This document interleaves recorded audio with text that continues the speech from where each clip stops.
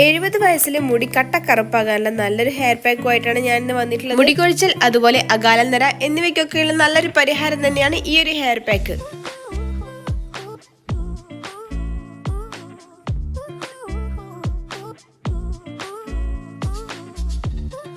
ഇന്നത്തെ ജനറേഷനിൽ പലരും നേരിടുന്ന പ്രശ്നങ്ങളിൽ ഒന്നാണ് അകാല നര, അതുപോലെ മുടി കൊഴിച്ചിൽ.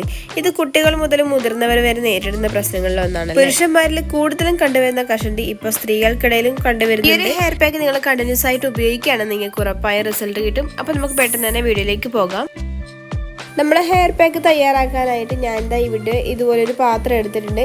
ഇനി ഇതിലേക്ക് ഞാൻ 2 ഗ്ലാസ് പച്ചവെള്ളമാണ് ആഡ് ചെയ്യാനായിട്ട് പോകുന്നത്. ഞാനിത് ഇവിടെ 2 ഗ്ലാസ്സോളം വെള്ളം ഒഴിച്ചു കൊടുത്തിട്ടുണ്ട്. നമുക്കിത് നന്നായിട്ട് വറ്റി മുടിയുടെ തിക്നെസ് അനുസരിച്ചായിരിക്കണം നമ്മളിതിൻ്റെ ലിക്വിഡ് എടുക്കേണ്ടത് കേട്ടോ. അപ്പോൾ ഞാനിവിടെ 3/4 ഗ്ലാസ് ആയപ്പോഴാണ് തീ ഓഫ് ചെയ്തിട്ടുള്ളത്. ഇനി ഞാൻ ഇതിലേക്ക് 2 ഇൻഗ്രീഡിയൻറ്റ് കൂടി ചേർത്ത് കൊടുക്കുന്നുണ്ട്. നമ്മുടെ മെയിനായിട്ടുള്ള ഇൻഗ്രീഡിയൻറ്റ് ചേർക്കേണ്ട സമയമായില്ല കേട്ടോ. അപ്പം ഞാൻ ഇതിലേക്ക് 1 ടേബിൾ സ്പൂണോളം കോഫി പൗഡറാണ് ആഡ് ചെയ്യാനായിട്ട് പോകുന്നത്. ഇപ്പോൾ ഈ ഒരു സ്റ്റെപ്പ് എന്ന് പറയുന്നത് നമ്മൾ സാധാരണ ഹെന്ന തയ്യാറാക്കുന്നത് പോലെ തന്നെയാണ്. അടുത്തതായിട്ട് ഞാൻ ഇവിടെ 1 ടേബിൾ സ്പൂണോളം തേയിലപ്പൊടി കൂടി ഇട്ട് കൊടുക്കുന്നുണ്ട്. ഞാൻ പറയുന്ന സാധനങ്ങൾ കൃത്യമായ അളവ് തന്നെ എടുക്കാനായിട്ട് ശ്രദ്ധിക്കണം. ഒന്നും സ്കിപ്പ് ചെയ്യാനൊന്നും പാടില്ല, എന്നാൽ മാത്രമേ ശരിയായ റിസൾട്ട് കിട്ടത്തുള്ളൂ. മുടിയുടെ വളർച്ചക്കായിട്ടാണ് ഈ ഹെയർ പാക്ക് തയ്യാറാക്കുന്നത് എന്നുള്ളവരാണെങ്കിൽ നമ്മളിപ്പോൾ ചേർക്കുന്ന ഇൻഗ്രീഡിയൻറ്റ് ഒരിക്കലും സ്കിപ്പ് ചെയ്യാൻ പാടില്ല. ഉലുവയാണ് ഞാൻ ഇതിലേക്ക് ആഡ് ചെയ്ത് കൊടുക്കുന്നത്. ഉലുവ എന്ന് പറയുന്നത് നമ്മുടെ തലക്ക് നന്നായിട്ട് തണുപ്പ് നൽകുന്നതുകൊണ്ട് തന്നെ നമുക്ക് മുടി വളർച്ചയ്ക്ക് ഒരുപാട് നല്ലതാണ്. അതുപോലെ ഉറക്കക്കുറവൊക്കെ ഉള്ളവരാണെങ്കിൽ ഉലുവ നല്ലതാണ് കേട്ടോ. ഇനി നമുക്ക് ഇത് നന്നായിട്ട് തിളച്ച് 1 ഗ്ലാസ് ആയിട്ട് മാറുന്നത് വരെ ഒന്ന് വെയിറ്റ് ചെയ്യാം. ഇത് നന്നായിട്ട് വറ്റി വന്നിട്ടുണ്ട്. അപ്പോൾ ഇത് ഏകദേശം 3/4 ഗ്ലാസ്സോളം ഉണ്ടാവും കേട്ടോ. അപ്പോൾ ഞാനിത് തീ ഓഫ് ചെയ്യാനായിട്ട് പോവാണേ. അല്പം ചൂട് കുറഞ്ഞതിന് ശേഷം ഞാനിത് നമ്മുടെ വെള്ളം ഒന്ന് അരിച്ചെടുക്കുന്നുണ്ട്. ഇനിയാണ് ഇതിൽ നമ്മൾ മെയിനായിട്ടുള്ള ഇൻഗ്രീഡിയൻറ്റ് ചേർക്കാനായിട്ട് പോകുന്നത്. ഞാനിതാ ഇവിടെ എടുത്തിരിക്കുന്നത് കീഴാർ നെല്ലിയാണ് കേട്ടോ. നമുക്ക് പറമ്പിലൊക്കെ കാണാനായിട്ട് പറ്റും. കീഴാർ നെല്ലി ഇത് ഇതുപോലെ പറമ്പിലും ചെടികൾക്കിടയിലൊക്കെ ആയിട്ട് ഉണ്ടാവും. നിങ്ങൾക്കൊന്ന് ചെക്ക് ചെയ്താൽ കാണാനായിട്ട് പറ്റും കേട്ടോ. കാണാനായിട്ട് ഇത് ഇതുപോലെയാണ് ഉണ്ടാവുക. കീഴാർ നെല്ലി എന്ന് പറയുന്നത് ഒരുപാട് ഔഷധ ഗുണങ്ങളുള്ളത് കൊണ്ട് തന്നെ നമുക്ക് മുടി തഴച്ച് വളരാനൊക്കെ ഒരുപാട് നല്ലതാണ്. മഞ്ഞപ്പിത്തം പോലുള്ള അസുഖങ്ങൾക്കൊക്കെ ഇത് ഒരുപാട് നല്ലതാണ്. ഇത് അരച്ചിട്ട് കുടിക്കാറുണ്ട്. അപ്പം നമ്മുടെ ഹെയർ പാക്കിൽ ഇതെങ്ങനെ ഉപയോഗിക്കുന്നത് ഞാൻ കാണിച്ചു തരാം. ഇത് നന്നായി കഴുകി അതിലുള്ള അഴുക്കൊക്കെ കളഞ്ഞിട്ട് ഞാൻ എടുത്തിട്ടുള്ളതാണ്. അടുത്തതായിട്ട് ഞാനിത് ഇവിടെ ഒരു മിക്സിയുടെ ജാർ എടുത്തിട്ടുണ്ട്. ഇനി ഇതിലേക്ക് ഞാനിത് കഷ്ണങ്ങളായിട്ടൊന്ന് ഇട്ട് കൊടുക്കുന്നുണ്ട് കേട്ടോ. നമുക്കിത് നന്നായിട്ടൊന്ന് അരച്ചെടുക്കേണ്ടതായിട്ടുണ്ട്. ഒരു കാര്യം ഞാൻ പറയാൻ വിട്ടുപോയിട്ടുണ്ടായിരുന്നു. നമ്മുടെ ഉലുവ എന്ന് പറയുന്നത് തണുപ്പുള്ളത് കൊണ്ട് തന്നെ ചിലർക്ക് നീരിറക്കൊക്കെ വരാനുള്ള സാധ്യതയുണ്ട്. അങ്ങനെയുള്ളവരാണെങ്കിൽ ഒരു 4-5 മണി കുരുമുളകില്ലേ, മൊത്തമായിട്ടുള്ള കുരുമുളക് ഇട്ട് കൊടുക്കുകയാണെങ്കിൽ നമുക്ക് നീരിറക്കം പോലുള്ള പ്രശ്നങ്ങൾക്ക് വരാതിരിക്കാൻ നല്ലതാണ് കേട്ടോ.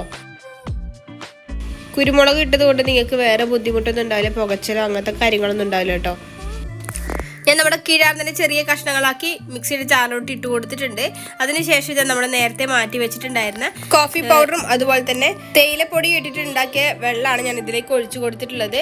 ഞാനിത് നന്നായിട്ട് അരച്ചെടുത്തിട്ടുണ്ട്. ഇനി നമുക്കിത് നന്നായിട്ട് അരിച്ചെടുക്കണം. അതിനായിട്ട് ഞാനിത് ഇതുപോലെ അരിപ്പയിൽ അരിച്ചെടുക്കുന്നുണ്ട്.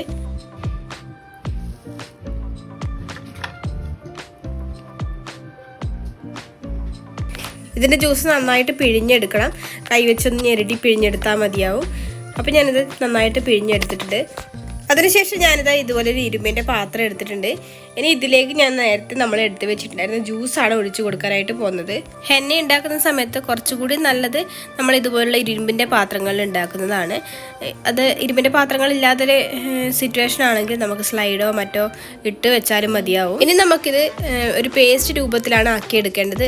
അപ്പോൾ ഞാനിത് ഇവിടെ ഹെന്ന പൗഡറാണ് ആഡ് ചെയ്യാനായിട്ട് പോകുന്നത്. ഒരുപാട് അങ്ങ് കട്ടിയാവാനും പാടില്ല, എന്നാൽ അങ്ങ് ഒരുപാട് ലൂസ് ആവാനും പാടില്ല. നമ്മുടെ ഹെയറിൽ ഇരിക്കുന്ന രീതിയിൽ നമുക്കിതൊന്ന് പേസ്റ്റ് രൂപത്തിലാക്കി എടുക്കണം. അതുപോലെ തന്നെ കട്ട കെട്ടാണ്ട് നന്നായിട്ട് മിക്സ് ചെയ്തെടുക്കാനും വിട്ടുപോകണ്ട. ഇതുപോലെ ചെറിയ ചെറിയ കട്ടകൾ ഇതിനകത്ത് നിൽക്കുന്ന സമയത്താണ് നമ്മുടെ ഹെയറിൽ അവിടെ എവിടെയായിട്ട് ഇത് പൊടിയായിട്ട് ഇരിക്കുന്നത് പോലെ ഉണ്ടാവും. അപ്പോൾ നന്നായിട്ട് കട്ടകൾ ഉടക്കാനും വിട്ടുപോകണ്ട. നമ്മളിത് ഉപയോഗിക്കുന്ന സമയത്ത് ഇതിൻ്റെ ഷെയ്ഡ് മാറുന്നതിനനുസരിച്ച് കണ്ടിന്യൂസ് ആയിട്ട് ഉപയോഗിക്കുകയാണെങ്കിൽ നമുക്ക് കറക്റ്റ് ഇതിൻ്റെ റിസൾട്ട് കിട്ടുന്നതാണ്.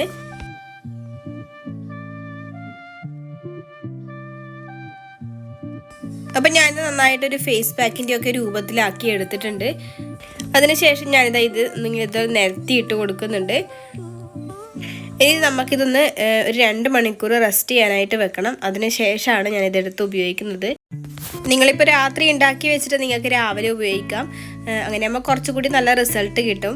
ഇതിപ്പോൾ നമ്മൾ ഉണ്ടാക്കി അപ്പം തന്നെ ഉപയോഗിക്കണം, നമുക്ക് കറക്റ്റ് ഇത് കളറ് അതിൻ്റെ ആ ഒരു കളറ് കിട്ടത്തില്ല കേട്ടോ. അതുകൊണ്ടാണ് പറഞ്ഞത്, നമ്മളിപ്പോൾ ഒരുപാട് നേരം വെച്ചിട്ട് ഉപയോഗിക്കുകയാണെങ്കിൽ നമുക്ക് കറക്റ്റ് റിസൾട്ട് കിട്ടും. ഉപയോഗിക്കുന്ന സമയത്ത് നല്ല ഹെന്ന പൗഡർ തന്നെ എടുക്കാനായിട്ട് ശ്രദ്ധിക്കണം.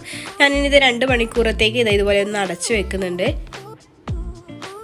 ഞാനിത് 2 മണിക്കൂർ കഴിഞ്ഞപ്പോൾ നമ്മുടെ ഹെന്ന ഇവിടെ എടുത്തിട്ടുണ്ട്. ഇത് എടുക്കുന്ന സമയത്ത് നന്നായിട്ട് ഒരു മരുന്നിൻ്റെയൊക്കെ ആയൊരു സ്മെല്ലാണ് കേട്ടോ. ഹെന്ന പൗഡറിൻ്റെയും അതുപോലെ നമ്മുടെ കീഴാർനെല്ലി അരച്ചതിൻ്റെയും സ്മെല്ല് കൊണ്ടാണെന്നറിയില്ല, നല്ലൊരു മരുന്നിൻ്റെയൊക്കെ മണമാണുള്ളത്. അപ്പോൾ ഞാനിത് അമ്മയുടെ ഹെയറിലേക്ക് അപ്ലൈ ചെയ്ത് കൊടുക്കാനായിട്ട് പോവാണ്. അപ്ലൈ ചെയ്യുന്ന സമയത്ത് നമ്മൾ ശ്രദ്ധിക്കേണ്ടത് ജലദോഷം അങ്ങനത്തെ അസുഖങ്ങളൊന്നും ഇല്ലാതെ ശ്രദ്ധിക്കണം. അതുപോലെ പനിയുള്ള സമയത്തൊന്നും നമ്മളിത് അപ്ലൈ ചെയ്യാൻ പാടില്ല. അപ്ലൈ ചെയ്യുന്ന സമയത്ത് നമ്മൾ ഇതുപോലെ ഓരോ ലെയറായിട്ട് ചെയ്യുകയാണെങ്കിൽ കുറച്ചുകൂടി നല്ല റിസൾട്ട് കിട്ടും. ഹെന്ന എടുക്കുന്ന സമയത്ത് കുറച്ചുകൂടി നല്ല കമ്പനിയുടെ ഹെന്ന നോക്കിയിട്ട് എടുക്കണം, എന്നാൽ മാത്രമേ നമുക്ക് കറക്റ്റ് റിസൾട്ട് കിട്ടത്തുള്ളൂ കേട്ടോ. അപ്പോൾ ഞാനിത് ഓരോ ലെയറായിട്ടാണ് ഇവിടെ ചെയ്തെടുക്കുന്നത്. മറ്റൊരാൾ നമുക്ക് ചെയ്തു തരാനുണ്ടെങ്കിൽ കുറച്ചുകൂടി നല്ല രീതിയിൽ ചെയ്തെടുക്കാനായിട്ട് പറ്റും. അതാവുമ്പോൾ നമുക്ക് വേറൊരാൾ ചെയ്തെടുക്കുന്നതാണ് നമുക്ക് നോക്കി ചെയ്യാനായിട്ട് പറ്റും. അങ്ങനെ അമിത ഹെയറിൽ മൊത്തമായിട്ട് അപ്ലൈ ചെയ്തെടുത്തിട്ടുണ്ട്. നിങ്ങൾ ചെയ്തെടുക്കുന്ന സമയത്ത് ഇതുപോലെ മൊത്തമായിട്ട് ചെയ്തെടുക്കാനായിട്ട് ശ്രദ്ധിക്കണം. ഹെന്ന അപ്ലൈ ചെയ്യുന്ന സമയത്ത് നമുക്ക് ഫേസിലൊന്നും ആവാതിരിക്കാനായിട്ട് വേസ്ലിൻ അപ്ലൈ ചെയ്ത് കൊടുക്കാം. അതുപോലെ തന്നെ വേസ്ലിൻ കയ്യിലില്ലാത്തവരാണെങ്കിൽ നമുക്ക് ഓയിലായാലും അപ്ലൈ ചെയ്ത് കൊടുക്കാം. ഇനി ഇതൊന്ന് നന്നായിട്ട് ഡ്രൈ ആവുന്നത് വരെ നമുക്ക് വെയിറ്റ് ചെയ്യാം. ഡ്രൈ ആയതിനു ശേഷം നമുക്ക് സാധാ വെള്ളം ഉപയോഗിച്ച് കഴുകാവുന്നതാണ് കേട്ടോ.